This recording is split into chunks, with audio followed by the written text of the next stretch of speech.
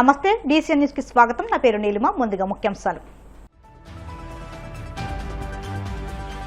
నగరిలో స్వర్ణాంధ్ర స్వచ్ఛంద్ర కార్యక్రమంలో పాల్గొన్న సీఎం చంద్రబాబు.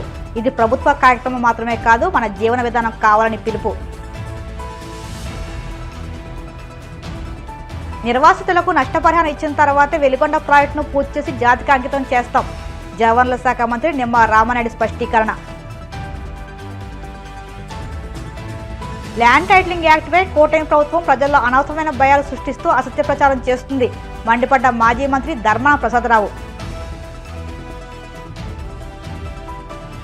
జిల్లాలో అభ్యుదయ రైతులు హైడ్రోపోనిక్ యూనిట్స్ ఏర్పాటుకు ముందుకు రావాలి. పిలుపునిచ్చిన పశ్చిమ గోదావరి జిల్లా కలెక్టర్ చదలవాడ నాగరాణి. ఏడాది క్రితం స్వర్ణాంధ్ర స్వచ్ఛంద్ర కార్యక్రమాన్ని ఒక ఉద్యమంగా ప్రారంభించినట్లు సీఎం చంద్రబాబు తెలిపారు. చిత్తూరు జిల్లా నగరిలో నిర్వహించిన స్వర్ణాంధ్ర స్వచ్ఛంద్ర కార్యక్రమంలో ఆయన పాల్గొన్నారు. ఇది ప్రభుత్వ కార్యక్రమం మాత్రమే కాదని మన జీవన విధానం కావాలని పిలుపునిచ్చారు. స్వచ్ఛమైన ఆలోచనలు ఉంటేనే భవిష్యత్తు ఉంటుందని, మార్చిలోపు 1,12,00,000 టన్నుల చెత్తను పూర్తిగా తొలగిస్తామన్నారు. చెత్త నుంచి కరెంటు తయారు చేసే ప్రాజెక్టులు విశాఖ, గుంటూరులో వచ్చాయని, కర్నూలు, రాజమహేంద్రవరం, కడప, నెల్లూరులో వీటిని ఏర్పాటు చేస్తున్నామని తెలిపారు.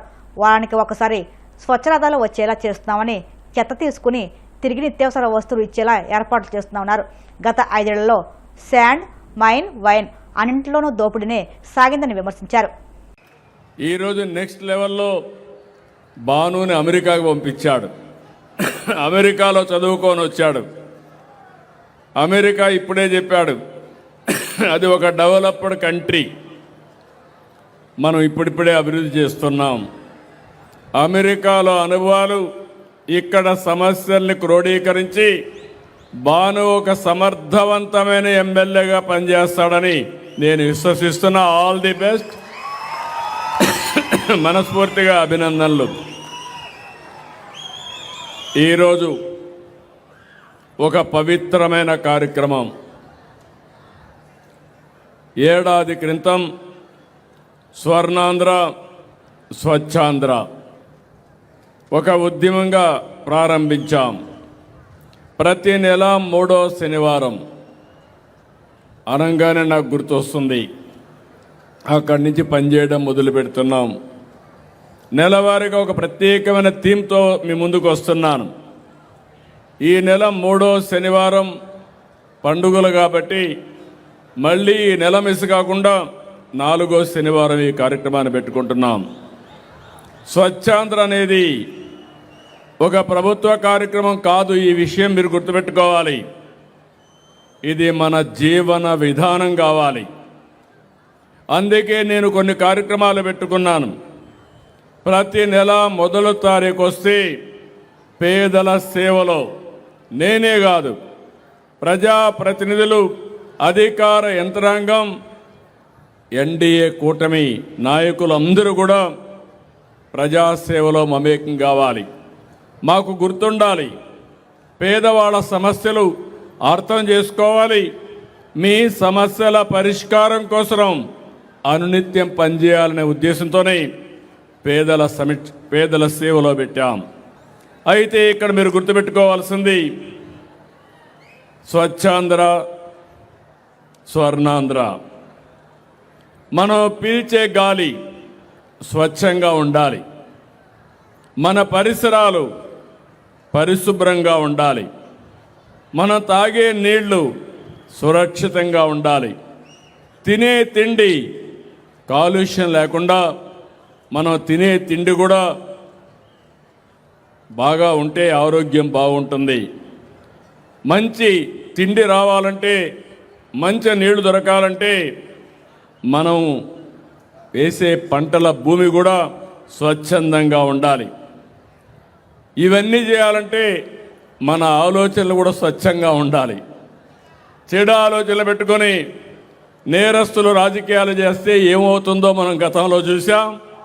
అలాంటి స్వచ్ఛమైన ఆలోచనలు ఉంటే తప్ప ఈ రాష్ట్రానికి, ఈ దేశానికి భవిష్యత్తు ఉండదని చెప్పి కూడా నేను మీకు తెలియజేస్తున్నా. నేను ఒక లక్ష్యంతో మీ దగ్గరికి వస్తున్నా. నేను ఈరోజు కొత్త కాదు. ఈరోజు ఈ కార్యక్రమాన్ని ఇంట్రడ్యూస్ చేసింది మీరు చూస్తే నరేంద్ర మోడీ గారు స్వచ్ఛ భారత్ కార్యక్రమం పెడితే నన్ను చైర్మన్గా పెట్టి 10 మంది ముఖ్యమంత్రులు అధికారులు అందరం కలిసి దీనికి విధి విధానాలు తయారు చేశాం. నిర్వాసితులకు నష్టపరిహారం అందించిన తర్వాతే వెలిగొండ ప్రాజెక్టును పూర్తి చేసి జాతికి అంకితం చేస్తామని జలవనరుల శాఖ మంత్రి నిమ్మల రామానాయుడు అన్నారు. ప్రకాశం జిల్లా డోనర్లో Veligonda project tunnel feeder canal పనులను ఆయన పరిశీలించారు. ఫీడర్ కెనాల్ వెంట నడుచుకుంటూ లైనింగ్, రిటైనింగ్ వాల్ పనులను పరిశీలించారు. అనంతరం మంత్రి మీడియాతో మాట్లాడుతూ వారం రోజుల్లో సీఎం చంద్రబాబు వెలిగొండ ప్రాజెక్టు పనులను స్వయంగా పర్యవేక్షించి సమీక్ష చేపడతామని వెల్లడించారు. 456 కోట్లతో చేపట్టిన ఫీడర్ కెనాల్ లైనింగ్, 5.3 కిలోమీటర్ల రిటర్నింగ్ వాల్ కాంక్రీట్ పనులకు చంద్రబాబు భూమి పూజ చేస్తారని తెలిపారు. ఈ ఏడాది సీజన్ మొదలయ్యేలోగా నల్లమల సాగర్ రిజర్వాయర్ నింపే లక్ష్యంతో పనులు జరుగుతున్నాయన్నారు. వెలిగొండ 2026 కల్లా పూర్తి చేయాలనేటువంటి చంద్రబాబు నాయుడు గారి యొక్క సంకల్పానికి అనుగుణంగా వారం వారం రివ్యూ చేసుకుంటూ ప్రతి 10 రోజులకి 15 రోజులకి క్షేత్ర స్థాయిలో పర్యటన చేస్తూ అటు ఏజెన్సీలకి ఇటు అధికారులకి దశ దిశ నిర్దేశం చేస్తూ లక్ష్యాన్ని అందుకునేటువంటి విధంగా పనులు జరుగుతున్నటువంటి పరిస్థితి. అందులో ముఖ్యంగా ఇప్పుడే మీరందరూ కూడా చూశారు, టన్నెల్కి సంబంధించి లైనింగ్ అనేది, బెంచింగ్ అనేది చాలా చాలా అవసరం. అటువంటి లైనింగ్ పనులు చూస్తే గత ప్రభుత్వంలో పనితీరికి ఈ ప్రభుత్వంలో పనితీరికి నక్కకి నాగలోకానికి ఉన్నత తేడా ఉంది. ఎందుకు ఈ మాట చెప్తూ ఉన్నానంటే గత 5 సంవత్సరాల వైఎస్ఆర్సీపీ పాలనలో లైనింగ్ చూస్తే 705 మీటర్లు చేశారు. మరి ఈరోజు ఈ 18 నెలల కాలంలోనే చూస్తే 3664 మీటర్లు చేశాం. మళ్ళీ ఒకసారి చెప్తూ ఉన్నా, 5 సంవత్సరాల్లో 705 మీటర్లు, 18 నెలల కాలంలోనే 3664 మీటర్లు. అంటే ఎంత వేగంగా పనులు. అదేవిధంగా బెంచింగ్ ఉంది, 5 సంవత్సరాల్లో 745 మీటర్లు వేశారు బెంచింగ్. మరి మనం 18 నెలల కాలంలోనే 6579 మీటర్లు. అంటే కనీసం 100ల్లో కూడా వాళ్ళు పనులు చేయాల, కానీ ఈరోజు వేలల్లో మనం పనులు చేస్తున్నాం మీటర్లు. ల్యాండ్ టైటిలింగ్ యాక్ట్ను వక్రీకరించి ప్రజలను మభ్యపెట్టే ప్రయత్నం జరుగుతుందని మాజీ మంత్రి ధర్మాన ప్రసాదరావు తీవ్రంగా విమర్శించారు. భూములు కొట్టేయడానికి ఈ చట్టం తెచ్చారన్న ఆరోపణలు పచ్చి అబద్దాలని స్పష్టం చేశారు. కేంద్రంలోని బీజేపీ ప్రభుత్వం రూపొందించి రాష్ట్రాలకు పంపిన డ్రాఫ్ట్నే ఇప్పుడు కూటమి నేతలు తిట్టిపోస్తూ ప్రజల్లో అనవసర భయాలు సృష్టిస్తున్నారని మండిపడ్డారు. అసత్య ప్రచారాలతో రాజకీయాలను దిగజారుస్తూ ప్రజలను మోసం చేయడం సరికాదని ఆయన హెచ్చరించారు. ల్యాండ్ టైటిలింగ్ యాక్ట్పై కూటమి ప్రభుత్వం ప్రజల్లో అనవసరమైన భయాలు సృష్టిస్తూ అసత్య ప్రచారం చేస్తుందని తీవ్రంగా విమర్శించారు. ఇలాంటి సందర్భంలో నేను కొన్ని విషయాలు చెప్పాల్సిన అవసరం ఉందని భావిస్తూనే ఈరోజు మీడియా ముందు మాట్లాడాలనుకుంటున్నా. ఇలాంటి కన్ఫ్యూజన్ ఉన్నటువంటి వాళ్ళకి, కన్ఫ్యూజన్ క్రియేట్ చేస్తున్న వాళ్ళకి అడుగుతున్నది ఏంటంటే, టైటిలింగ్ యాక్ట్ అనేది ఎవరి ఇనిషియేషన్ వలన వచ్చింది? ఇది నా క్వశ్చన్. దేశంలో 1989 నుంచి ఒక అధ్యయనం జరుగుతుంది. అధ్యయనం సారాంశం ఏంటి? ఈ దేశంలో స్పష్టమైనటువంటి టైటిల్ ఇచ్చేటువంటి చట్టం లేనందువలన దేశంలో అనేకమైనటువంటి సమస్యలు ఉత్పన్నమవుతున్నాయి.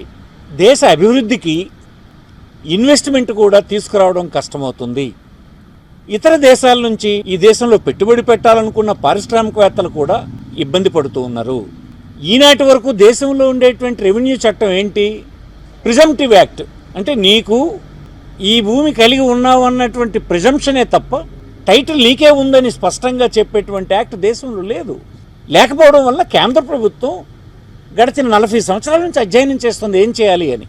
దానికి ఒక కమిషన్ను వేశారు, మధ్యన అనేక రిపోర్టులు తెప్పించారు. ప్రపంచంలో ఇతర దేశాలు టైటిలింగ్ యాక్ట్ తెచ్చినటువంటి విధానాన్ని అధ్యయనం చేశారు. ఫైనల్గా బీజేపీ ప్రభుత్వం నీతి ఆయోగ్కి రిఫర్ చేసింది.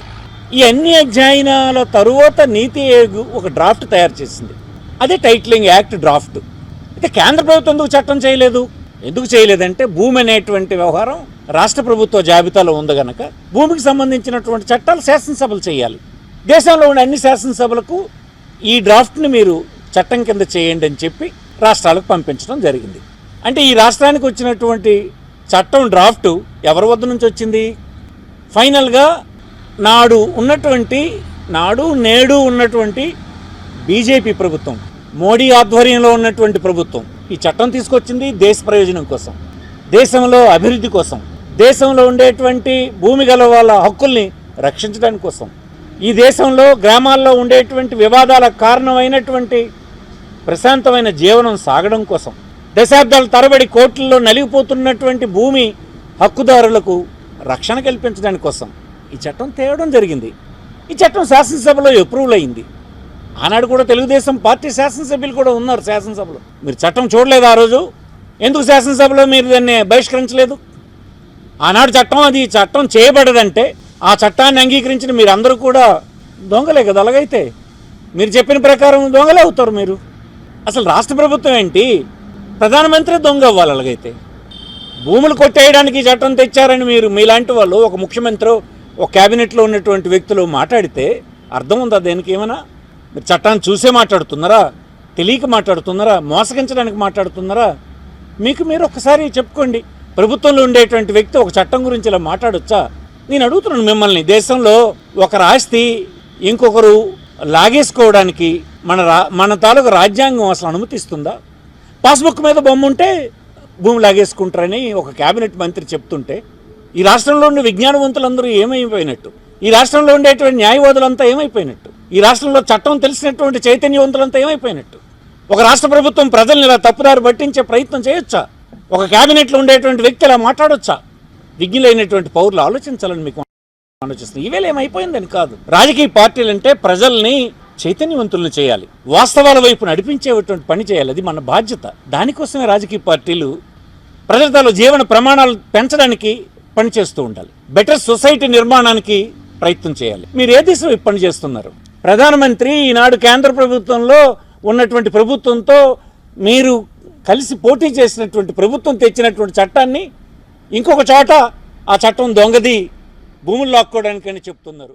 అసలు నిజంగా పశ్చిమ గోదావరి జిల్లా తణుకు మండలం ఎర్రాయి చెరువు ప్రాంతంలో 2 ఎకరాల విస్తీర్ణంలో కూరగాయలు పండించేందుకు 1.40 కోట్ల వ్యయంతో ఎవరైతే ఏర్పాటు చేసిన హైడ్రోపోనిక్ యూనిట్ను జిల్లా కలెక్టర్ చదలవాడ నాగరాణి సందర్శించి సాగు వివరాలను అడిగి తెలుసుకున్నారు. ఈ సందర్శనలో తణుకు ఎమ్మెల్యే అరిమిల రాధాకృష్ణ కూడా పాల్గొన్నారు. ఈ సందర్భంగా కలెక్టర్ నాగరాణి మాట్లాడుతూ ఉద్యానవన పంటల సాగుకు జిల్లాలో ఎవరైతే చిట్టూరి వెంకట్ హైడ్రోపోనిక్ యూనిట్ను ఏర్పాటు చేయడం అభినందనీయమన్నారు. ఈ యూనిట్లో ప్రస్తుతం 1 ఎకరాలో ఇంగ్లీష్ కుకుంబర్, 1 ఎకరంలో క్యాప్సికం సాగు చేస్తున్నామని, తక్కువ సమయంలో అధిక దిగుబడితో పాటు నీటి ఆదా, పురుగు మందులు వాడకుండా అధిక లాభాలను పొందవచ్చునన్నారు.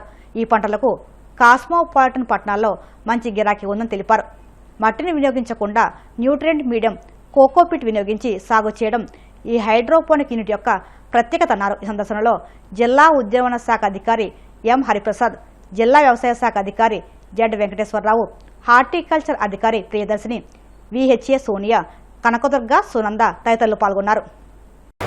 అది పెద్ద సీరియస్ పెస్ట్ ఏం కాదు, కానీ మనం డ్రాప్స్ లాగా వస్తున్నాయి. ఆ డ్రాప్స్ని దీని ద్వారా జారి వైన్ డ్రాప్స్కి పట్టుకోవడానికి మరి లోపలికి ఎలా వెళ్తుంది ఫెర్టిగేషన్? అది ఇది దీనివల్ల అక్కడ పైప్స్ని ఎలా రన్ చేసినట్టు అటు నుంచి ఇలా కింద సెంట్రలైజ్డ్గా వచ్చేస్తాయి అంటారు.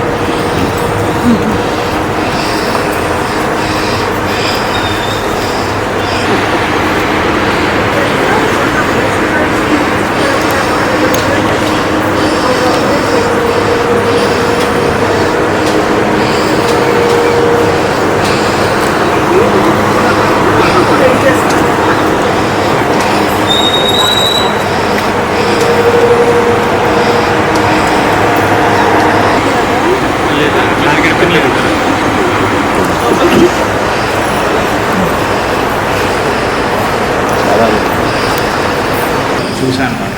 సౌత్ ఇండియాలో ఏమున్నాయంటే మన ఇండియాకి ఇజ్రాయల్కి కొలాబరేషన్ ఉంది, బాగా చేస్తున్నారు అని తిరిగాను. బెంగళూరు సైడ్, తమిళనాడు కోసం,